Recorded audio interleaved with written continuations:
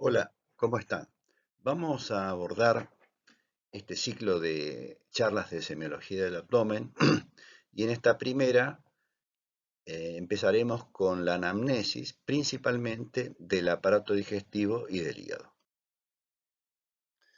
Dentro de los principales motivos de consulta del aparato digestivo y del hígado tenemos los trastornos de la deglución, que globalmente los llamaremos disfagia, las alteraciones en general de la digestión, que también les daremos un nombre global como es dispepsia, las náuseas o vómitos, las alteraciones de la defecación, ya sea diarrea o constipación, el dolor abdominal, la hemorragia digestiva, tanto la hemorragia digestiva alta como baja, la ascitis y la ictericia. En todos estos casos, eh, nos vamos a, digamos, globalmente nosotros tenemos que tener en cuenta algunas cuestiones. Siguiendo el criterio epidemiológico, en primera instancia, tenemos que considerar qué características tiene la persona que estamos asistiendo. Características con respecto a la edad, ya que en las personas jóvenes es más probable que se presenten las enfermedades infecciosas de diverso tipo, las enfermedades funcionales, las autoinmunes o las hereditarias, por ejemplo. En cambio, en las personas de más edad, tanto adultos como adultos mayores, vamos a ver con más frecuencia neoplasias, enfermedades vinculadas con los tóxicos, como por ejemplo la cirrosis hepática, o diversas enfermedades degenerativas. También el sexo de la persona nos hace a veces algunas diferencias. Por ejemplo, en los varones es más frecuente la úlcera péptica o el cáncer gástrico. En cambio, vamos a ver en mayor cantidad de veces en las mujeres que en los hombres litiasis biliar o hepatitis autoinmune. Estos son algunos ejemplos, hay muchos más.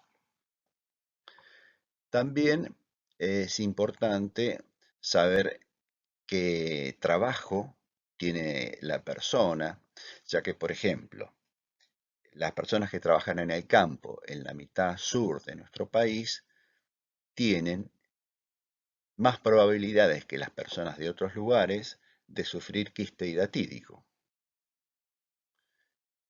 Y las personas que trabajan en tareas que le generen mucho estrés, también es probable que tengan o pueden tener con más frecuencia enfermedades como la úlcera péptica, trastornos funcionales como por ejemplo el intestino irritable o colitis ulcerosa. También los antecedentes personales son muy importantes, ya que aquellas personas que han sufrido una cirugía abdominal pueden tener como secuela la presencia de bridas y eso le puede generar una obstrucción del intestino, que la llamamos ilio obstructivo, o les puede quedar, de acuerdo, si han sufrido alguna resección importante, como por ejemplo de la vía biliar o del tubo digestivo alto, una mala absorción. También las personas que tienen antecedentes de haber tenido o de tener pólipos intestinales tienen con más frecuencia cáncer de colon que aquellas que no tuvieron pólipos intestinales. También tengamos en cuenta que si una persona tuvo transfusiones o fue sometida a alguna cirugía o tuvo hepatitis infecciosa, una de las cosas a considerar es si no está sufriendo alguna hepatopatía crónicas por virus B y C, que son los que provocan hepatitis crónica. Y también si se nos presenta una mujer con antecedentes de cólico biliar y o ictericia, una de las cosas que no podíamos pensar es si no estamos en presencia de un cuadro agudo de litiasis biliar. Y para completar esta parte de cuestiones generales, conocer los hábitos de la persona que estamos asistiendo también es muy importante, ya que si, por ejemplo, esa persona consume una dieta sin residuos, no se puede estar explicando la presencia de constipación, o si es una persona alcohólica que pueda tener alguna hepatopatía vinculada con ese tóxico, o si esa persona es consumidora crónica de antiinflamatorios no esteroides o corticoides, puede tener diversas afecciones del tubo digestivo, sobre todo el tubo digestivo alto. Y si tiene antecedentes familiares de poliposis colónica o cáncer del tubo digestivo, también es importante considerarlo, ya que las probabilidades de tener una poliposis colónica o un cáncer del tubo digestivo aumentan con respecto a las personas que no tuvieron esos antecedentes heredofamiliares. Empecemos entonces con la disfagia, que la disfagia se conoce como la dificultad para tragar o deglutir tanto líquidos como sólidos por la afectación en una o dos de las fases de la deglución. Una es la fase orofaringia, que la llamamos disfagia alta o disglusia, la pueden encontrar con cualquiera de estos nombres, y otra es la fase esofágica, y entonces ahí la llamamos disfagia o disfagia baja. Dentro de las causas de disfagia, las podemos dividir también en disfagia alta y disfagia baja. Las causas orofaringias de disfagia tenemos, por un lado, enfermedades que se conocen como neuromusculares, porque pueden afectar tanto el sistema nervioso como los músculos o como la transmisión. Y ahí tenemos algunos ejemplos que ustedes ven acá, como el accidente cerebrovascular, la enfermedad de Parkinson, la esclerosis múltiple o la esclerosis lateral amiotrófica, y algunas enfermedades musculares como la miastenia, el problema de la unión músculo-nervio, o miopatías inflamatorias. También pueden causar disfagia alta los trastornos motores, fundamentalmente la disfunción del esfínter esofágico superior, o las alteraciones altas del esófago, como es la presencia de un divertículo, conocido como divertículo de Zenker, una neoplasia o una compresión extrínseca del esófago por ovocios u osteofitos cervicales, por ejemplo.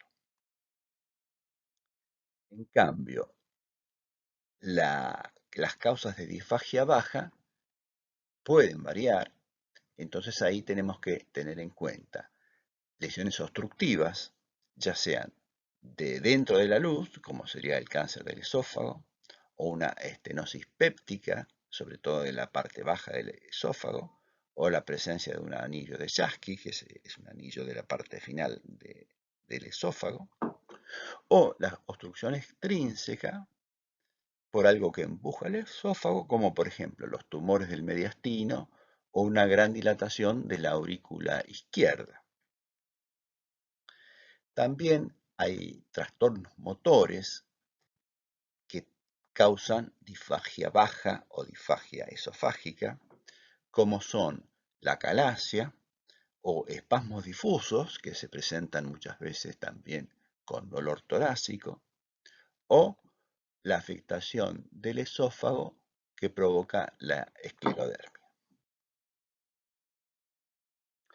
Este algoritmo, tomado del libro de Argente Álvarez que ustedes conocen, nos ayuda para guiar nuestro pensamiento cuando estamos en presencia de una paciente con disfagia y le estamos haciendo el interrogatorio.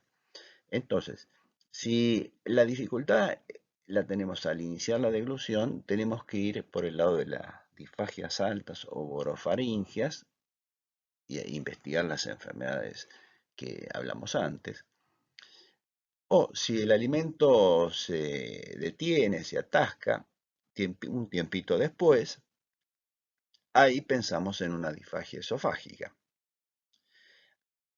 La primera diferencia importante que tenemos que hacer es si se trata de una disfagia para sólidos o una disfagia que se presenta tanto con los sólidos como con los líquidos.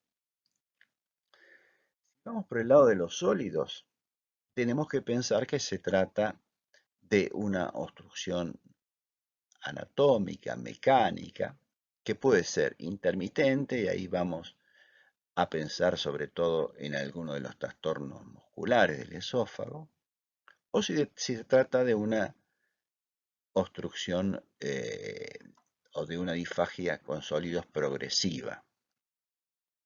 Esto es importante porque nos va a llevar hacia dos situaciones que pueden ser difíciles de diagnosticar a veces y difíciles de resolver también. Si esa disfagia progresiva se acompaña de pirosis, debemos pensar sobre todo en una estenosis péptica. En cambio, si no tiene pirosis y además se presenta en una persona mayor de 50 años con pérdida de peso, con deterioro del estado general, lo que tenemos que tener en cuenta y tratar de buscar en una primera etapa es un cáncer del esófago. En cambio, si la disfagia se presenta tanto con sólidos o con líquidos, ahí tendremos que tratar de pensar en un trastorno neuromuscular, más que en una obstrucción mecánica. Ese trastorno neuromuscular también puede ser intermitente o progresivo. Si es intermitente y además se acompaña con dolor torácico, una de las primeras cosas que tenemos que considerar es el espasmo esofágico difuso, a veces diagnóstico diferencial por la característica de los pacientes donde aparece, con la cardiopatía isquémica. Y si el trastorno neuromuscular motor es progresivo, podemos pensar que esa paciente puede tener una pirosis crónica vinculada con un esófago de esclerodermia, o esa pirosis crónica puede acompañarse de regurgitaciones, pérdida de peso y síntomas respiratorios. Entonces, en esas circunstancias pensamos en otro de los trastornos motores como es la calasia. Todo esto, como dijimos, es como para que tenga una idea de cómo debemos pensar. Muchas veces en cada enfermedad van apareciendo cuestiones que tendríamos que ir detectando a medida que transcurre el interrogatorio. Otro de los motivos de consulta, como habíamos dicho, es las alteraciones de la digestión, que la vamos a llamar dispepsia. Conviene acá que recuerden que en varios de estos motivos de consulta, el examen físico tiene muy poco rédito. Por lo tanto, el interrogatorio, la anamnesis, se transforma en una de las principales o la principal herramienta diagnóstica. La dispepsia es un conjunto de síntomas que, según se cree, tienen su origen en el tracto digestivo superior. Esto es lo que dicen algunos autores, ya que como la dispepsia está englobada dentro de los trastornos funcionales, en realidad uno podría decir también que su origen es neurodigestivo. Es la dispepsia el motivo de consulta más frecuente de la práctica gastroenterológica. Un estudio de la Argentina mostró que en un consultorio de gastroenterología se presentó casi en el 30% de los casos.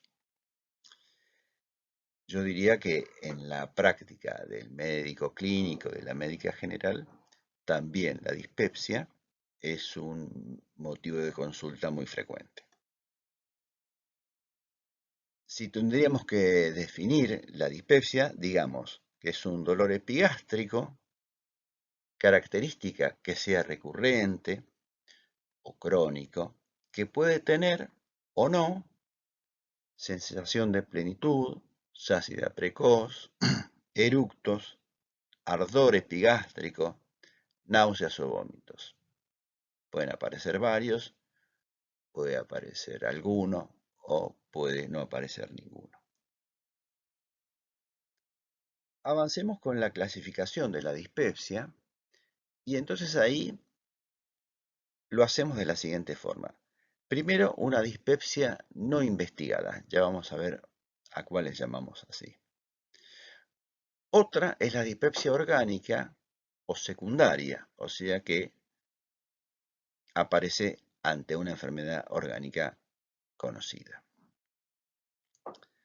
El tercer grupo son las dispepsias funcionales, que son la mayoría y que es la que ha merecido más investigación. Y ahí la podemos dividir en dispepsia tipo dolor epigástrico, dispepsia tipo distrés postprandial, una dispepsia mixta, que tiene un poco de las dos, o una dispepsia refractaria, que algunos también la ponen en un grupo aparte.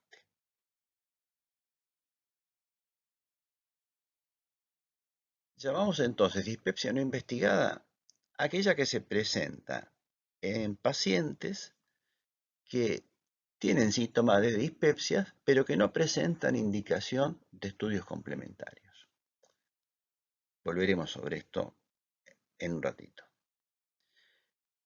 Hablamos de dispepsia orgánica o secundaria, como dijimos, cuando aparecen síntomas secundarios a lesiones orgánicas diversas, que pueden ser tanto sistémicas, metabólicas o locales del tubo digestivo. Por ejemplo, úlcera péptica, enfermedad por reflujo gastroesofágico, litiasis biliar, alteraciones por fármacos, por una enfermedad endocrina como el hipotiroidismo, como una enfermedad autoinmune como la enfermedad celíaca, enfermedades del páncreas, enfermedad metabólica como la diabetes o una enfermedad local como el cáncer gástrico, en fin, muchas más. Para hablar de dispepsia funcional se deben cumplir los siguientes criterios. La presencia de dolor abdominal tiene que ser recurrente o crónico, que puede tener o no alguno de los síntomas que vimos. El segundo punto muy importante es que hay que excluir los síntomas que se ven en el intestino irritable, que es otro de los trastornos funcionales del tubo digestivo. El intestino irritable también tiene dolor abdominal, pero tiene alteraciones del hábito evacuatorio que se alivian o se pueden aliviar con la evacuación o con la eliminación de gases. Y para tener los tres criterios de dispepsia funcional, lo que debe haber es una endoscopía hecha donde se observa dentro de ella alguna lesión que provoca una dispepsia secundaria, como sería una úlcera péptica u otra lesión orgánica gastroduodenal. Lo único que queda exceptuado de esto es la gastritis o la duodenitis como únicas lesiones, ya que no se considera hasta ahora que esas lesiones puedan ser responsables de los síntomas de la dispepsia funcional. Y habíamos dicho que había una dispepsia tipo dolor epigástrico, que es un dolor que aparece tiempo después de comer. Es un dolor que aparece en la región epigástrica, que puede manifestarse como dolor, epigastralgia, o como ardor epigástrico como principal síntoma. Y la dispepsia tipo distrés postprandial es lo que antiguamente llamamos dispepsia hiposténica. Acá los síntomas principales son la saciedad precoz y la plenitud postprandial, y también se pueden presentar distensión epigástrica, eructos, náuseas y eventualmente, aunque es más raro, vómitos. Estos síntomas se pueden asociar con otros que son como los del intestino irritable, ya que la distensión abdominal, la flatulencia, se ven en esa entidad. Y a veces estos trastornos funcionales se juntan y puede haber pacientes que tengan de los dos. Y por último, dentro de la dispepsia funcional tenemos la dispepsia mixta, que es cuando se combinan síntomas de la dispepsia tipo dolor epigástrico y de la dispepsia tipo distrés postprandial. Y dispepsia refractaria, por último, es aquella que se define como una dispepsia funcional que no respondió a algún tratamiento que se haya querido hacer contra el Helicobacter pylori. De estos van a poder conocer mejor el tratamiento en otro momento de su carrera como médicas y médicos. En estos casos de dispepsia refractaria, se recomienda una reevaluación de la situación de esa persona, teniendo en cuenta su función gastrointestinal, sus factores psicosociales, y muchas veces es necesario hacer un manejo de esta paciente de una forma interdisciplinaria con otros profesionales de la salud, como son la gente que hace nutrición o con la gente que hace salud mental, y a veces es necesario también usar alguna terapia con psicofármacos. Cuando analizamos las causas de la dispepsia, vemos que más del 60% son esenciales o idiopáticas, es decir, que no se conoce la causa y están acá las funcionales, y entre un 30 y un 40% son dispepsias orgánicas, secundaria, alguna de las enfermedades que estuvimos viendo antes y muchas otras.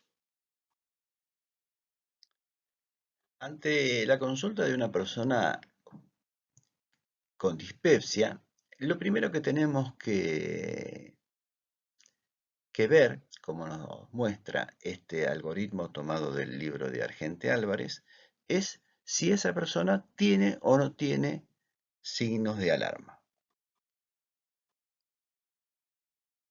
Los signos de alarma son importantes porque nos están hablando de que puede haber una enfermedad orgánica. Entonces, tenemos como datos de alarma la edad de las personas, si tienen más de 45 años. Se usan crónicamente antiinflamatorios no esteroides. Si tienen antecedentes heredofamiliares de cáncer del tubo digestivo superior. Si tienen síndrome de repercusión general. Si la dispepsia se acompaña de disfagia o odinofagia, sobre todo si son progresivas. Si además tiene vómitos persistentes o elementos de hemorragia digestiva, como podrían ser la hematemesis, la melena o la anemia. Si además de la dispepsia esa persona tiene ictericia o tiene antecedentes de cirugía gástrica, o si hay un fracaso terapéutico previo. Si ninguna de esas cosas está presente, o si está presente una, tenemos que valorarla cuidadosamente y decidir qué hacer. Pero, digamos, si no tiene síntomas de alarma, uno podría investigar la presencia de Helicobacter pylori, pero este es un poco discutido, depende sobre todo del lugar donde viva la persona y la prevalencia del Helicobacter en esa región. Si no tiene signos de alarma, una de las cosas que uno puede hacer es observar o tratar, depende del caso. Si se resuelven los síntomas, se terminó todo. Y si lo tratamos y no se resuelve, entonces ahí tenemos que ir por el mismo camino que si la persona tuviera signos de alarma presentes. Entonces, si tiene signos de alarma o decidimos que la observación y el tratamiento no han sido eficaces, en esas dos circunstancias lo que tenemos que hacer es una endoscopía del tubo digestivo alto. En ese caso, la endoscopía puede ser positiva, entonces uno debe hacer el tratamiento que corresponda, o no encontrar ninguna lesión y entonces vamos por el camino de las dispepsias funcionales y ahí que tenemos que observar en el tiempo qué está pasando y entonces ahí sí, en todos los casos, hacer un tratamiento empírico. Veamos ahora náuseas y vómitos. Agregamos también algunos síntomas que se relacionan mucho con las náuseas y los vómitos. La náusea es un deseo fuerte, un deseo desagradable de vomitar. Y el vómito, o emesis, es la expulsión violenta por la boca del contenido gástrico. La regurgitación es la presencia de alimentos de contenido gástrico en la boca, pero esa presencia se hace sin esfuerzo, a diferencia del vómito. A veces, los vómitos, cuando hay una enfermedad esofágica crónica, con un esófago muy agrandado, puede haber un vómito o una expulsión del contenido del esófago que simula un vómito, pero que por definición no sería. Digamos, nosotros, en, en definitiva, cuando lo estamos viendo por primera vez, no vamos a poder diferenciarlo. También es importante conocer el momento de los vómitos, ya que cuando es matinal nos hace pensar en algunas cosas, como por ejemplo el embarazo, como por ejemplo algún efecto de alcoholismo. También que sea en el momento de ingerir, porque nos hace pensar en algo local, como por ejemplo una gastroparesia. O si aparece varias horas o algunas horas después de la ingesta, nos hace pensar en una entidad que se conoce como síndrome pilórico, que es la obstrucción del píloro. También es muy importante saber si esos vómitos o náuseas se acompañan con otros síntomas o signos, como dolor o pérdida de peso, con síndrome de repercusión general. Si se acompaña de vértigos o zumbidos en los oídos, porque ahí pueden ser vómitos reflejos, o se acompaña de algún síntoma que nos tiene que generar alarma, como por ejemplo rigidez de nuca, ya que vómitos y rigidez de nuca nos debe hacer pensar en la presencia de una meningitis o una hipertensión endocraneana. El tipo de vómito también es de ayuda para orientarnos. El vómito en chorro, que es un vómito violento, sin náuseas, nos hace pensar en hipertensión endocraneana, o si es un vómito alimentario con alimentos sin digerir, nos puede hacer pensar en un vómito esofágico o en una gastroparesia. Si los alimentos están parcialmente digeridos, en otras patologías del estómago, del duodeno.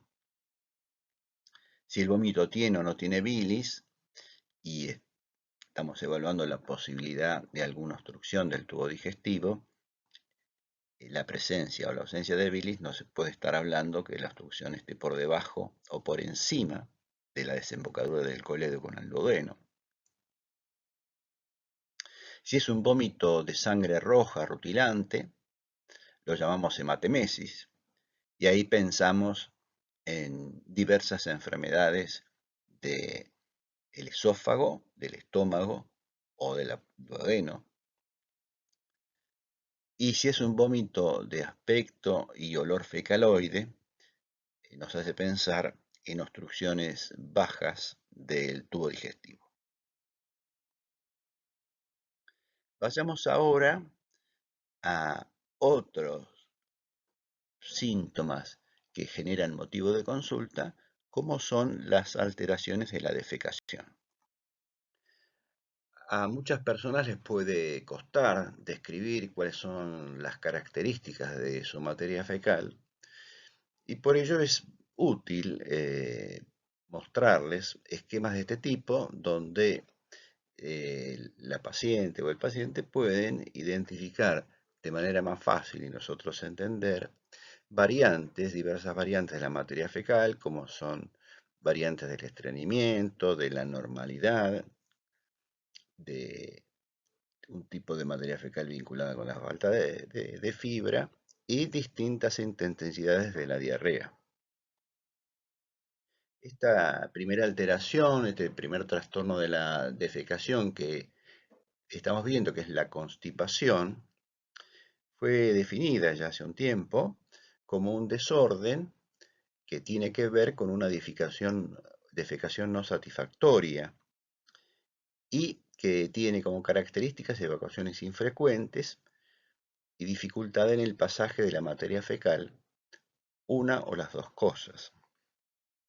Muchas veces eh, las personas que tienen este tipo de problemas lo manifiestan como un esfuerzo evacuatorio o defecaciones forzadas, o como que emiten materia fecal dura, o que tienen también con ello un disconfort o una distensión en el abdomen. Muchas veces relatan que tienen que usar maniobras digitales para facilitar la defecación. También un relato frecuente es que tienen la sensación, luego de evacuar, que esa evacuación ha sido incompleta o que tienen una obstrucción anorrectal. Y en general, siempre hablamos de evacuaciones infrecuentes cuando son menos de 3 por semana. Tenemos que recordar que hay factores de riesgo, es decir, situaciones que hacen más probable la presencia de constipación, y por diversos estudios epidemiológicos se ha visto que ellos son el sexo femenino, el aumento de la edad, vinculado esto con diversas cuestiones, también una ingesta calórica reducida, el sedentarismo y una dieta que tenga poca cantidad de fibra. La constipación, como otras enfermedades, se pueden presentar como constipación primaria, es decir, de forma aislada, o conjuntamente con otro trastorno, la que llamamos constipación secundaria. Algunas de las principales secundarias, eh, bueno, tienen que ver con los hábitos dietéticos de esa persona, con el consumo de drogas que disminuyan la motilidad del tubo digestivo, como los anticolinérgicos y los opiáceos, algunas enfermedades endócrinas o metabólicas. Dos ejemplos que tenemos acá son el embarazo y el hipotiroidismo, pero hay otras. También enfermedades neurológicas provocan constipación, dentro de las más comunes, la enfermedad de Parkinson, y también otras enfermedades que afectan el colon, el recto y el ano, como por ejemplo el cáncer del tubo digestivo, sobre todo del lado izquierdo del colon, la fisura anal y otras lesiones anales, etc. Entre otros trastornos de la defecación diferentes a la constipación y a la diarrea, por ahora nombremos solamente que puede haber dolor en el recto, en el ano, porque haya lesiones a ese nivel, que haya alguna secreción mucosa purulenta también por lesiones diversas del recto. Puede haber una hemorragia digestiva baja, una rectorragia y muchas alteraciones de estas y a veces también la constipación se relatan conjuntamente con dos síntomas que son el pujo y el tenesmo rectal. El pujo son contracciones, tanto voluntarias como involuntarias, que a veces duelen, a nivel abdominal bajo, que tienen que ver con la irritación rectal y que se ven también en otras alteraciones. También puede haber un pujo de vesical y un dolor que se relata durante el parto, también se conoce como pujo. Y el tenesmo rectal es la sensación de tener necesidad de defecar, pero que no se consigue y que no desaparece también luego de haber defecado. Casi siempre en el tenesmo las deposiciones no ocurren o son muy escasas y se repiten muchas veces. Todas estas lesiones aparecen por distintas enfermedades del recto y del ano, entre otras. El otro trastorno de la defecación importante es la diarrea, que es el aumento del número de las deposiciones y del contenido acuoso. Para hacer una precisión mejor, podemos decir que se define como 3 o más deposiciones por día, de consistencia blanda o líquida, con un peso diario de la materia fecal mayor a 200 gramos. Una primera clasificación de la diarrea, útil para orientar nuestro pensamiento, es dividirla en una diarrea aguda, que es la que dura menos de 2 semanas, que tiene que ver muchas veces con infecciones o con la toma de algún medicamento. Una diarrea intermedia en duración, que la llamamos persistente, que dura entre 2 y 4 semanas.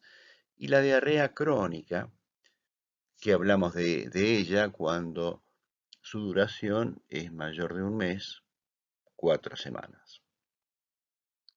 Dentro de las etiologías, podemos decir que etiologías que se ven principalmente en la diarrea aguda, y digo principalmente porque también se pueden ver en los otros tipos de diarrea, pero bueno, principalmente en la diarrea aguda son las etiologías infecciosas y las diarreas producidas por fármacos. Y hay otro grupo que se ven principalmente en las diarreas crónicas, pero como también decíamos antes, no exclusivamente, pero principalmente en la crónica, que se dividen en diversos tipos: enfermedades inflamatorias, una diarrea que se conoce como osmótica, secretora, por estímulo de diversas sustancias, sobre todo hormonales, en el tubo digestivo, diarreas de tipo malabsortivas o que tienen alteraciones de la motilidad intestinal. Un punto muy importante cuando nos enfrentamos con un caso de diarrea es tener en cuenta cuáles son las situaciones que nos pueden estar hablando de que se trata de una diarrea grave.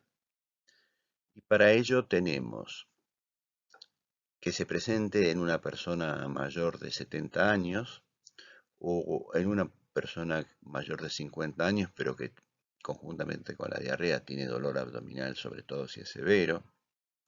Si la persona que está sufriendo el cuadro además está deshidratada o tiene fiebre elevada con escalofríos.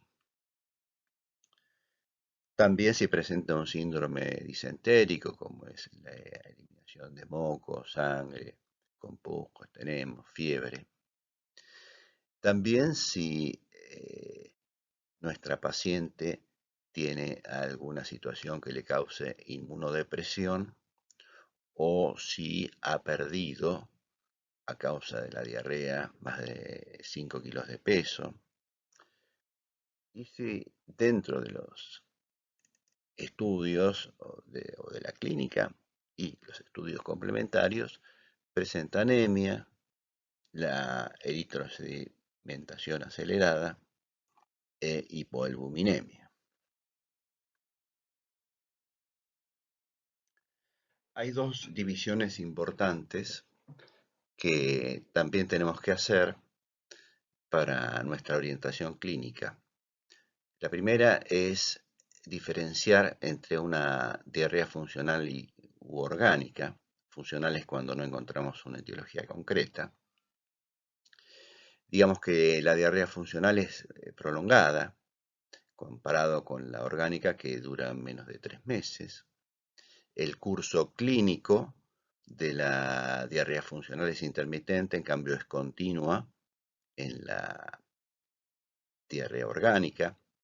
La presentación es excepcionalmente nocturna en la funcional, casi siempre es diurna. En cambio, la orgánica interrumpe el sueño. Los síntomas de alarma, pensemos en los que vimos recientemente, están ausentes en la funcional, en cambio presentes en la orgánica. Y el volumen fecal en la funcional muchas veces es menor de 200 gramos, o sea, no alcanzaría a conformar una diarrea, pero sí es relatada por la paciente de esa forma. En cambio, en la orgánica el peso de la diarrea es importante. Y la otra diferenciación es entre una diarrea baja de etiología colónica y una diarrea alta de etiología del intestino delgado. Y ahí tenemos que el volumen de baja es un volumen escaso, en cambio es abundante en la diarrea alta. La baja suele tener moco, pus, sangre, bujos tenesmos.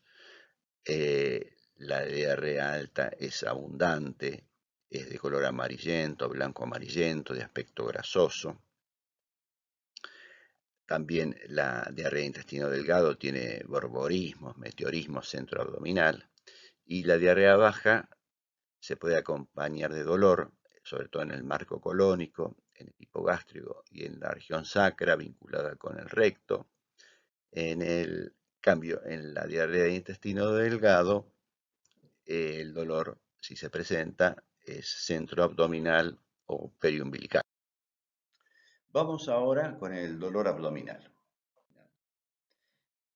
Para analizar el dolor abdominal es conveniente recordar la topografía abdominal de 9 regiones que ustedes la conocen de anatomía y que a veces cuando el dolor uno no lo puede localizar exactamente en alguna de estas 9 regiones, a veces en esos casos conviene dividir al abdomen en 4 cuadrantes.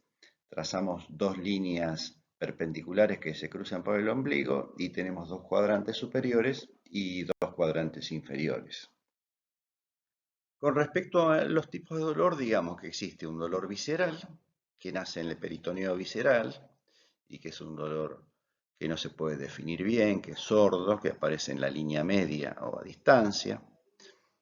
Un dolor somático que nace en el peritoneo parietal, en la raíz del mesenterio o en la pared del abdomen, y es de aparición brusca, es más intenso que el visceral y está en el sitio de la lesión y aumenta con los movimientos, incluido la respiración.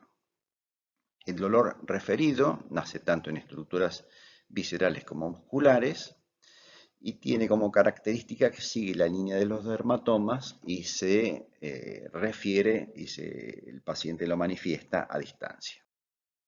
Estos dos esquemas nos muestran cómo se puede manifestar el dolor visceral y el dolor referido. Para poner un solo ejemplo, en la peritonitis, en la apendicitis aguda, cuando recién empieza, cuando no se afecta todavía toda la pared de la vesícula, el dolor aparece en el centro del abdomen. Ese número 2 corresponde al dolor visceral del intestino delgado y del colon derecho. Cuando se continúa afectando toda la pared y llega a irritarse el peritoneo parietal, recién ahí el dolor aparece en la fosa ilíaca derecha y ese dolor que originalmente fue visceral se transformó en un dolor somático.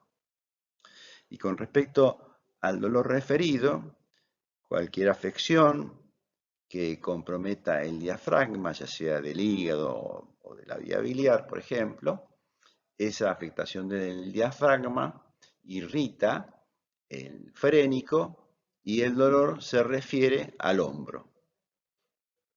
Hay más ejemplos de dolor referido que los pueden ver en la literatura.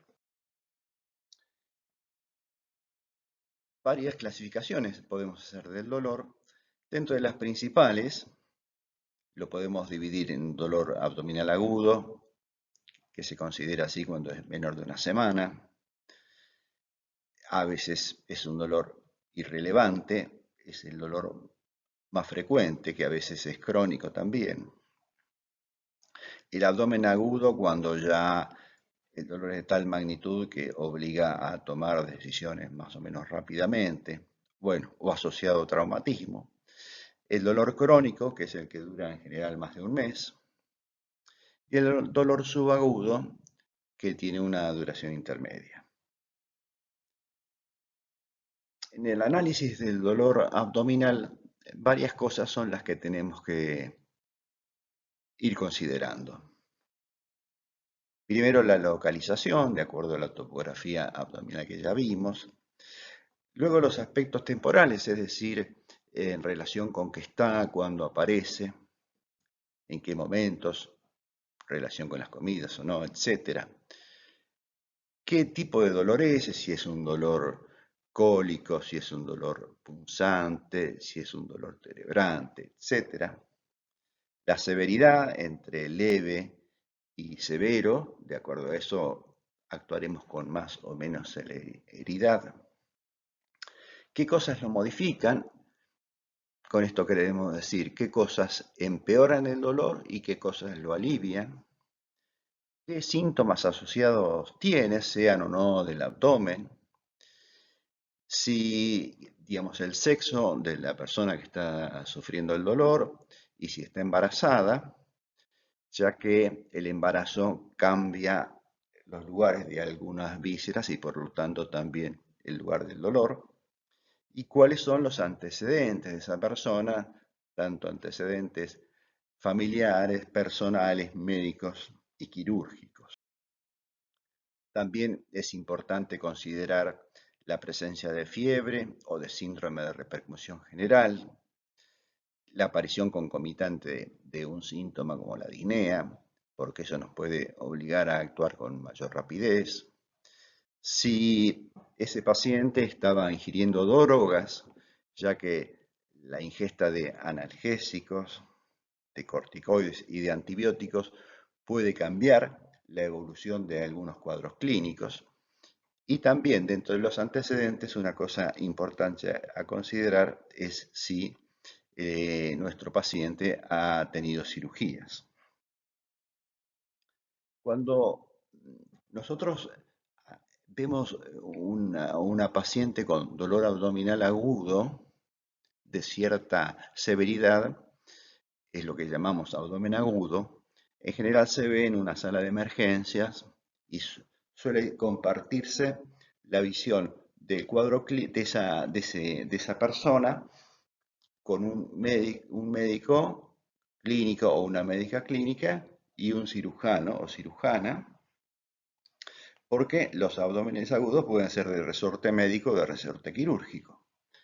Ahora bien, los abdómenes agudos de resorte médico muchas veces son de causa extraabdominal y ahí, desde la clínica médica, desde la medicina general, son los que tenemos que estar más atentos porque nosotros somos los que lo vamos a poder diagnosticar en general. Y consideremos que hay enfermedades del tórax, por ejemplo, neumonía o infarto agudo de miocardio que pueden causar dolor abdominal, enfermedades endócrinas como la cetoacidosis diabética u otro tipo de acidosis, enfermedades neurológicas como por ejemplo la presencia de herpes zóster abdominal o torácico que va hacia el abdomen, causas hematológicas como la púrpura de Schoen-Henoch u otras enfermedades como la intoxicación por plomo, fiebre mediterránea familiar, etc. Todas causas de abdomen agudo médico donde nosotros tenemos que jugar un rol importante en su diagnóstico. Abordemos ahora la hemorragia digestiva. Con respecto a las formas de presentación de la hemorragia digestiva, tenemos que considerar si la hemorragia digestiva es alta, quiere decir que nace por encima del ángulo de Trace, o baja, que es por debajo del ángulo de Trace su nacimiento. En la hemorragia digestiva alta, las principales, las más frecuentes formas de presentación es la hematemesis, que es la eliminación de sangre con el vómito, la presencia de melena, que es la eliminación de materia fecal de color negra, maloliente, con sangre digerida, o que se manifieste por sangre oculta en materia fecal, en general cuando estamos analizando una paciente con anemia. Ahora bien, si la pérdida de sangre es muy importante, también nuestra paciente puede presentarse con descomposición hemodinámica, o bien si el tránsito intestinal está muy acelerado y la hemorragia tiene cierta magnitud, se puede manifestar como hematoquesia en vez de melena, y la hematoquesia es la pérdida de sangre en la materia fecal de manera abundante, o si nuestro paciente tiene una cirrosis hepática, una hemorragia digestiva alta, se puede manifestar como una encefalopatía hepática. La hemorragia digestiva baja, en cambio, tiene otra secuencia de frecuencia. Acá es más frecuente que se presente con hematoquesia o con proctorragia, que es en general son sangrados que se originan en el recto y en el ano y que aparecen un poco antes o un poco después de la defecación o mezclado con materia fecal, pero es una hemorragia en general de poca magnitud. También aquí puede haber la presencia de anemia y descubrir la hemorragia por sangre oculta. También puede haber descompensación hemodinámica de acuerdo a la magnitud de la hemorragia. Y si la hemorragia es del colon derecho o del intestino delgado y el tránsito intestinal está enlentecido, también se puede ver melena, pero esto es menos frecuente que en la hemorragia digestiva alta. Entonces, importante conocer la magnitud de la pérdida de sangre, ya que esa descompensación hemodinámica puede no estar si lo que se ha perdido es menos del 15% de la volemia, pero puede estar oculta si la pérdida es entre un 15 y un 20%, porque si nosotros le tomamos los signos vitales, presión arterial, frecuencia cardíaca, con la persona acostada, los tenemos normales, pero tenemos que tener en cuenta que tenemos que sentar a esa persona o separarla para que caiga la presión arterial, más de 20 milímetros de la presión sistólica o más de 10 de la diastólica, o aparezca taquicardia, para ahí entonces darnos cuenta que ya no es una pérdida pequeña, sino es más importante. Y a medida que a partir de ahí más del 20% de la volemia perdida va aumentando en magnitud, vemos que aparecen taquicardia, caída de la presión arterial o ya directamente presencia de shock. Con respecto a las etiologías, estos son dos cuadros que les voy a mostrar que están sacados de un libro que se llama Conductas en Gastroenterología, que son del Servicio de Gastroenterología del Hospital San Martín. Es un libro que está libre en la web.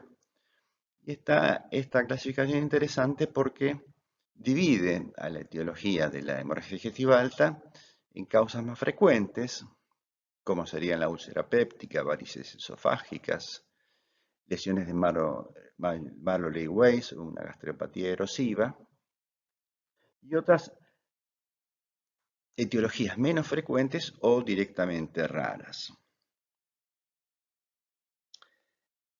En cambio, en la hemorragia digestiva baja, este libro también clasifica a la hemorragia según si se asocia o no con dolor abdominal. Entonces, con dolor abdominal tenemos el cáncer colorectal, enfermedades inflamatorias, la irritación o la pérdida con un divertículo de Meckel o colitis, en general que puede ser actínica, infecciosa, isquémica, etc. O sin dolor abdominal, donde ahí tenemos la diverticulosis colónica diversa, las angiodisplasias, las hemorroides, otras hemorragias del intestino delgado, y yo me permití acá agregar el cáncer como colorectal como hemorragia sin dolor abdominal, porque eso también puede aparecer así. Por último, haremos algunas consideraciones breves sobre ascitis e ictericia. Sabemos que la ictericia es el color amarillento de la piel que se produce por una hiperbilirrubinemia mayor a 2 miligramos por ciento en general. Estos dos párrafos tomados del libro de Argente Álvarez nos habla de la diferencia, el diagnóstico diferencial de la ictericia, ya que existen lo que se llaman pseudoictericias, que es un color amarillento de la piel, pero que no es por aumento de la bilirrubina. En general, en estos casos no se colorea la esclerótica. Y eso puede pasar por hipercarotinemia, que es cuando las personas consumen muchos carotenos, por ejemplo, zapallos, zanahorias, cítricos, etc. También hay algunas drogas que pueden colorear la piel. Y la insuficiencia renal y las neoplasias avanzadas también suelen, entre la anemia y ese mal estado de estas personas, hace que la piel aparezca de un color amarillento, pero que no es ictericia. La citis, en cambio, es la acumulación de líquido en la cavidad peritoneal y tiene múltiples causas. Como ustedes ven acá, enfermedades de distintos órganos, incluso enfermedades de órganos del tórax, neoplasias de distintos lugares, infecciones, enfermedades endocrinas, etc. Para analizar un caso de ictericia y o de ascitis, tomamos en cuenta los mismos parámetros en la anamnesis que en los otros sitios del tubo digestivo o en los otros sitios del organismo en general. Y tengamos en cuenta que tanto la ictericia como la ascitis se clasifican, se analizan muchas veces en base a estudios complementarios, ya sean estudios de laboratorio, estudios bioquímicos de sangre, estudios bioquímicos del líquido ascítico, y también ayudan en la clasificación y el análisis el uso de imágenes, ya sea en ecografías, otras imágenes más complejas o estudios endoscópicos. Por ello, vamos a completar análisis de casos de ictericia y ascitis con el examen físico y los estudios complementarios. Muy bien, hasta acá llegamos en esta primera entrega. Nos vemos en la siguiente.